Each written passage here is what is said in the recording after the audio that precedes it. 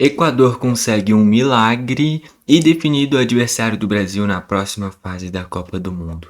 Nesse vídeo daqui eu vou fazer o resumo do futebol internacional desta quinta-feira, dia 25 de junho. Beleza? Muitos jogos válidos pela Copa do Mundo, vou passar por todos eles aqui. Depois ainda vou passar também pelas principais notícias do dia do futebol internacional. Beleza? Vamos começar pela ordem então, já bora começar pelo que foi o jogo mais importante do dia, Equador e Alemanha.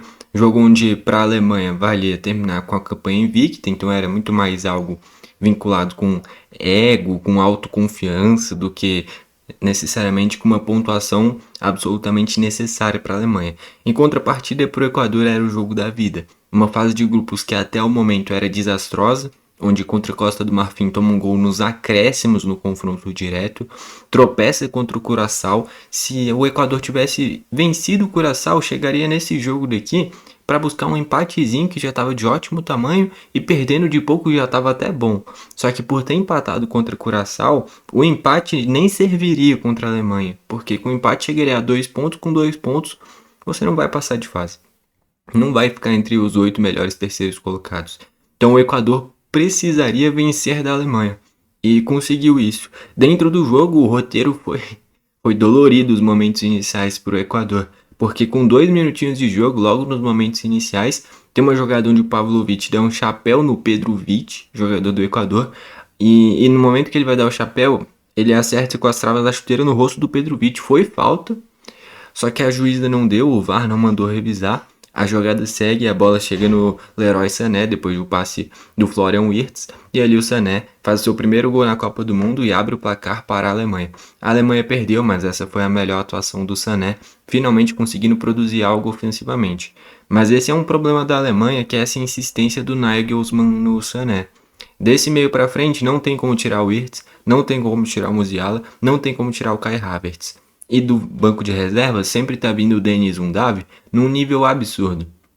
Ele não recebeu oportunidades como titular, é uma barbaridade, cara. Em contrapartida, o Sané, que nem vive bom momento no seu clube, tá no Galatasaray, escondido no futebol turco, e na seleção alemã jogou mal os 2 primeiros jogos e mesmo assim segue sendo titular.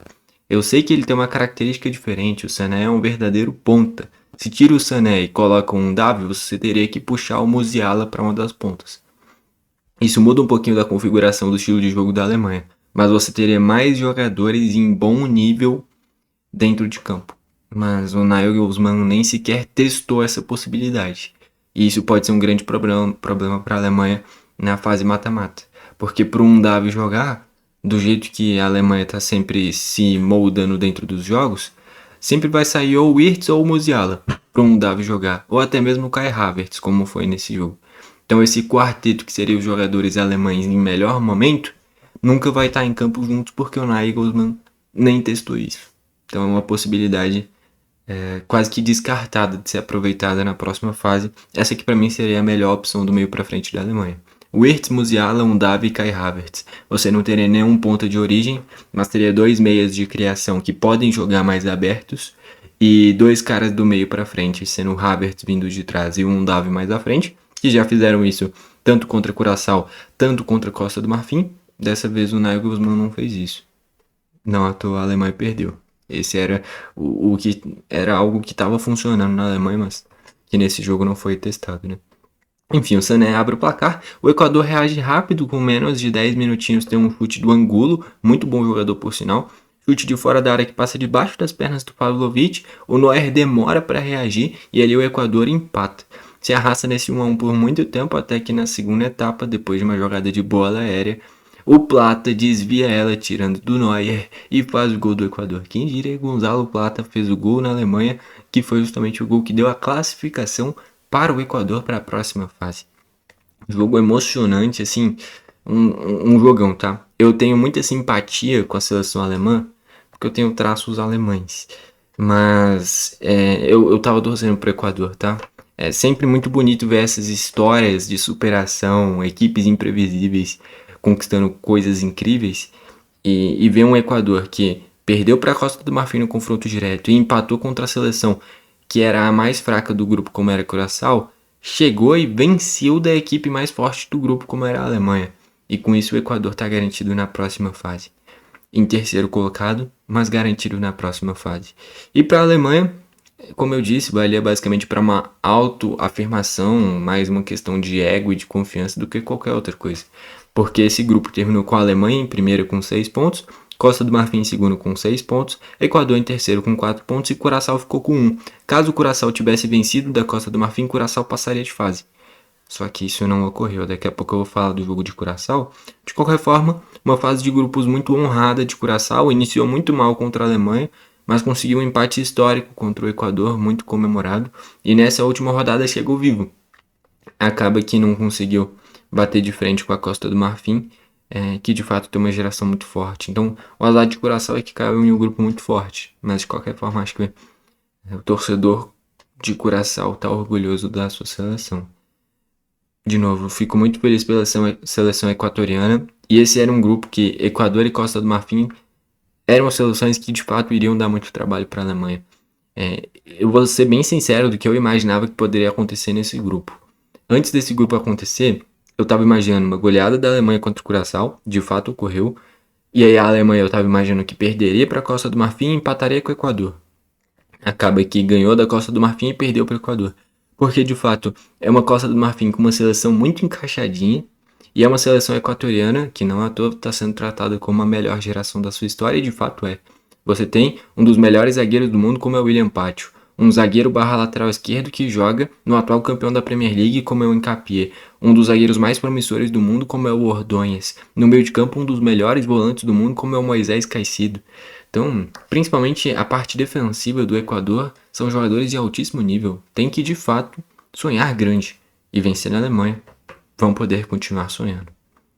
Aí depois o outro jogo no mesmo horário foi Costa do Marfim 2-0 sobre Curaçao. Os 2 gols da partida foram marcados pelo Nicolas Pepe.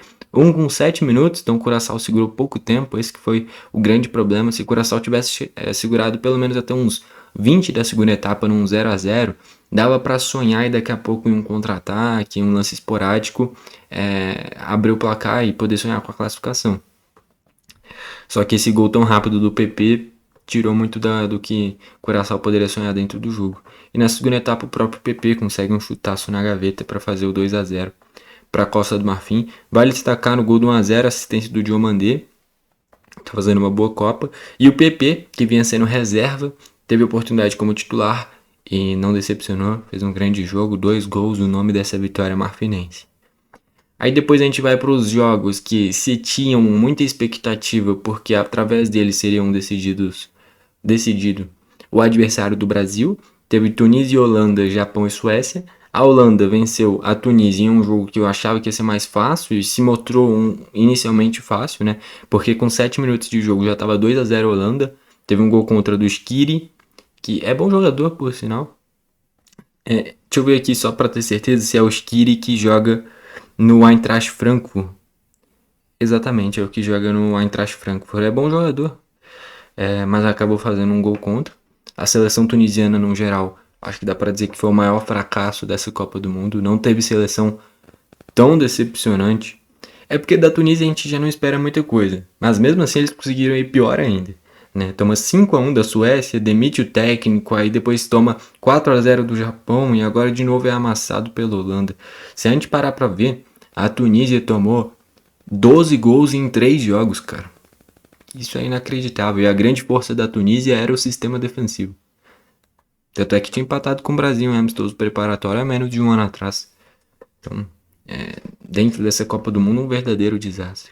Vale destacar, o 2-0 foi do Brobbey. Já tinha deitado contra a Suécia no jogo passado, fazendo 2 gols muito rápido. E agora novamente fez gol. Na segunda etapa, a Tunísia até desconta com o Mastouri na base da bola aérea. Todos os gols da Tunísia nessa Copa, 2. Tanto contra a Suécia, tanto agora contra a Holanda, na base da bola aérea. E de novo foi uma assistência do Hannibal. Contra a Suécia tinha sido uma assistência do Hannibal e agora contra a Holanda, assistência do Hannibal novamente.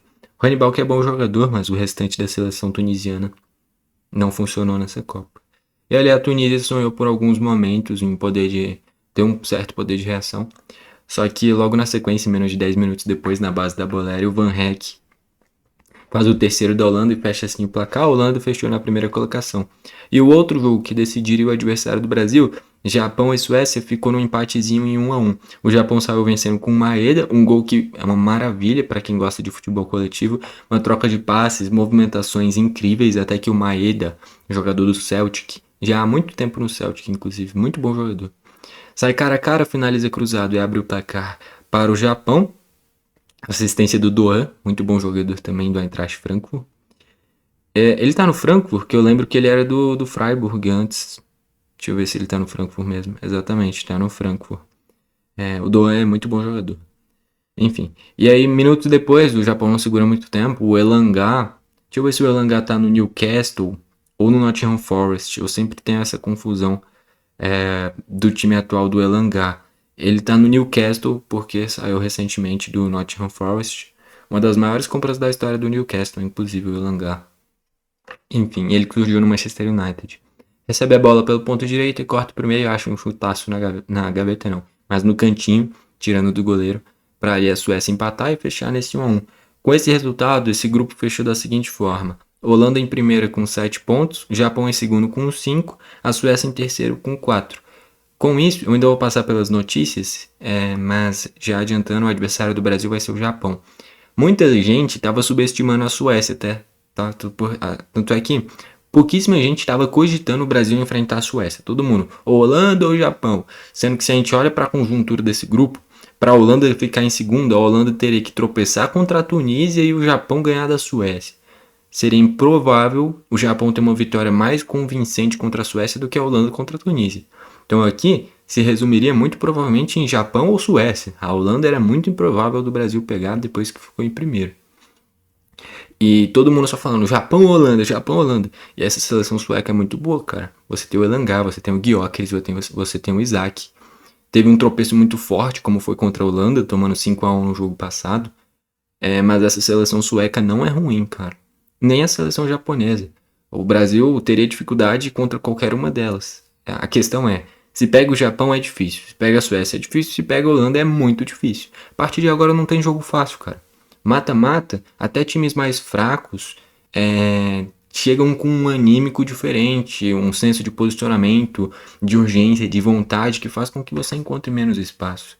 Então não dá para subestimar nenhuma seleção a partir de agora. Em nenhum momento dá, mas agora em mata-mata ainda, tem fatores a mais que fazem com que os jogos fiquem mais difíceis. Enfim, o Brasil vai pegar o Japão. E aí os últimos jogos do dia, o Paraguai ficou no 0-0 com a Austrália. Com isso as duas seleções passaram de fase.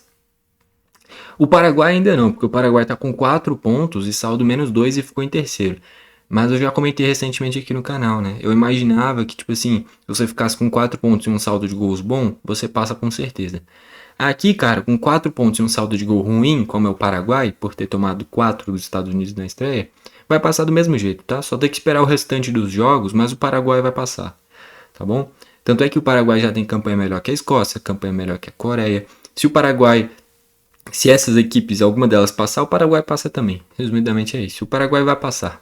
A vitória contra a Turquia deu uma tranquilidade muito grande para essa última partida, a ponto do Paraguai não precisar chegar desesperado. E o último jogo do dia, último jogo da Turquia na Copa. Vitória por 3-2 sobre os Estados Unidos, um jogaço, onde os Estados Unidos abre o placar logo nos minutos iniciais, na base da bola aérea, uma desatenção defensiva absurda. Só que minutos depois o Arda Güler tem uma jogadaça com o Yilmaz e o próprio Arda Güler abre o placar. Indo para a metade da primeira etapa, tem uma triangulação do Arda Güler com o Koksu, ele rola para trás e o Yilmaz faz ali o gol da seleção turca. Aqui tá constando o gol do Yilmaz e a assistência do Koksu, mas se eu não me engano foi o contrário. Eu acho que foi gol do Koksu. De qualquer forma, aqui pra mim tá constando o gol do Yilmaz. Mas a minha memória tá me dizendo que foi o Koksu. Quem quiser pode me corrigir se eu estiver errado. Na segunda etapa, os Estados Unidos empata e no último lance do jogo, literalmente o último lance do jogo, o juiz deu 7 minutos de acréscimo e o gol foi com 52, 53. Literalmente o último lance do jogo. O Arda Güler, isolado na ponta direita, dá uma caneta absurda no Pulisic. A jogada prossegue, tem um cruzamento para o Kadioglu, que cruza, ele tentou chutar, mas virou um cruzamento. E o Ayhan empurra para as redes, que dá a vitória para a Turquia. A primeira vitória da Turquia nessa Copa. Caso, por exemplo, os Estados Unidos tivesse perdido para a Austrália, os Estados Unidos chegaria com 3 pontos. E com essa vitória, a Turquia passaria e os Estados Unidos não. A Turquia ficaria com a terceira colocação, ao menos. Então, exatamente, a Turquia ficaria em terceiro e os Estados Unidos em último. Se a Austrália tivesse surpreendido no outro jogo, ou até se o Paraguai tivesse surpreendido na estreia. Então, é o que um joguinho não faz de diferença em um grupo. A Turquia venceu o líder desse grupo, só que por conta do confronto direto dos Estados Unidos contra o Paraguai e a Austrália, a Turquia, mesmo vencendo o líder do grupo, já chegou eliminada nesse grupo, nessa última rodada, né? Então o Paraguai passa em primeiro, a Austrália passa em segundo, campanha incrível da Austrália. O Paraguai vai passar em terceiro e a Turquia, mesmo tendo uma geração tão forte, está eliminada. A grande zebra desse grupo, para mim, foi a derrota da Turquia para a Austrália na estreia da Copa. Ali a Turquia se eliminou, basicamente, porque era a equipe, na teoria, mais fraca do grupo. Se você empata com a Austrália, até vai. Você perder para a Austrália, você vai ter que compensar nos 2 jogos seguintes. E logo no jogo seguinte, a Turquia já perdeu para o Paraguai. Ali já estava eliminada. O início ruim custou caro para a seleção turca, que não é ruim, é melhor que muita seleção que passou de fase. Mas são 3 jogos. Se você não está 100% concentrado, você dá adeus para a competição. E é isso que provavelmente vai acontecer com a Escócia, que também não é uma seleção ruim, mas entrou desconcentrada contra a seleção brasileira e tomou 3-0 e tende a ser eliminada agora. Tá bom? Vamos passar pelas notícias do dia agora. Então, por exemplo, o jogo do Brasil vai ser contra o Japão, como eu disse, por conta desse empate. Se fosse a Suécia seria difícil, sendo o Japão é difícil, se fosse a Holanda seria muito difícil. Vai ser difícil de qualquer forma. Só que assim, esse não é o mesmo Japão de meses atrás, quando o Brasil enfrentou o Japão e perdeu. E não é a mesma seleção brasileira também. De lá pra cá, o Brasil melhorou muito e de lá pra cá o Japão teve muitos desfalques. Perdeu o Endo, que é um grande volante, perdeu o Minamino, que é uma grande referência técnica, e perdeu o Mitoma, que é talvez o jogador mais habilidoso dessa geração japonesa. Fora que o Takefusa Kubo teve um probleminha na estreia contra a Holanda e também não tá 100% fisicamente. Ele que é o meio de criação dessa seleção japonesa. Então ainda assim é uma seleção muito forte, porque é um time muito bem treinado já há muito tempo com esse padrão de jogo. Sabe jogar bola. Só que os caras que poderiam decidir, muitos deles não vão poder jogar. E isso é um fator a mais. Por exemplo, a Suécia não tem o mesmo time coletivamente que o Japão. Mas a Suécia tem o Elanga, a Suécia tem o Gyökeres, a Suécia tem o Isaac. Tem caras para decidirem em uma jogada. No Japão, pode ser que o Eda faça isso, pode ser que o Kamada faça isso, pode ser que o Doan faça isso, que o Maeda faça isso, só que eles não têm a mesma capacidade técnica do que esses caras da Suécia. Porém, coletivamente o Japão é melhor. Então é o que cada um gostaria de pegar. Na Suécia teria mais caras desequilibrantes na partida. No Japão é um time coletivamente mais forte. Vamos ver o que mais aqui.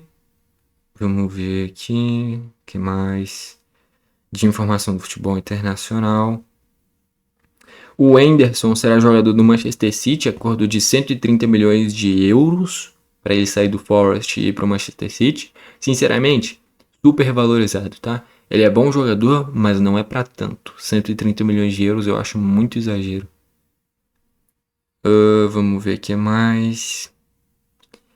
Que mais? Tem muita notícia do futebol brasileiro, mas eu vou trazer ela no 21 Futebol Clube. O Milan fez uma proposta ao PSG pelo Gonçalo Ramos. Seria uma boa opção de ataque. Boca Juniors encaminhou a contratação do Rodrigo Aguirre, atacante uruguaio, ex-Botafogo, que está no Tigres do México. Seria um excelente reforço também. O Bayern de Munique chegou a um acordo com o Nathaniel Brown, do Eintracht Frankfurt. Muito bom lateral esquerdo. Chegaria para suprir uma carência, né? O Leimer fez essa função ao longo da temporada. Eu acho que esse é um momento, então, que o Alphonso Davies deve estar chegando à reta final de passagem dele com a camisa do Bayern. O Onana tende a renovar com o Trabzonspor, né? Ele que se queimou muito no Manchester United.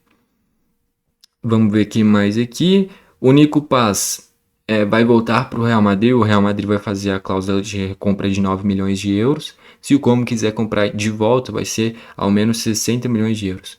Esse contrato do Real foi muito bem montado. O Real se deu bem cabuloso. Vamos ver o que mais de futebol internacional. O Arsenal oficializou a contratação em definitiva do Hincapié, da seleção equatoriana, por 40 milhões de euros, ele que estava emprestado do Bayer Leverkusen. Pelo que ele joga e pelas carências do Arsenal e do futebol mundial em relação a zagueiros laterais, eu acho um reforço válido, tá? O Hincapié é muito bom jogador. E o Arsenal tendo Hincapié e Calafiori, pelo que é o molde de jogo do seu time, são excelentes opções de laterais, zagueiros, mas muito bons tecnicamente, né? Enfim. E assim a gente fecha todas as notícias do futebol internacional. Fechou? Passamos pelos principais jogos, pelas principais notícias. Não esquece de se inscrever e ativar o sininho para você sempre receber os vídeos novos. Trago vídeos novos diariamente aqui no canal. Bom, foi esse o vídeo. Valeu e falou!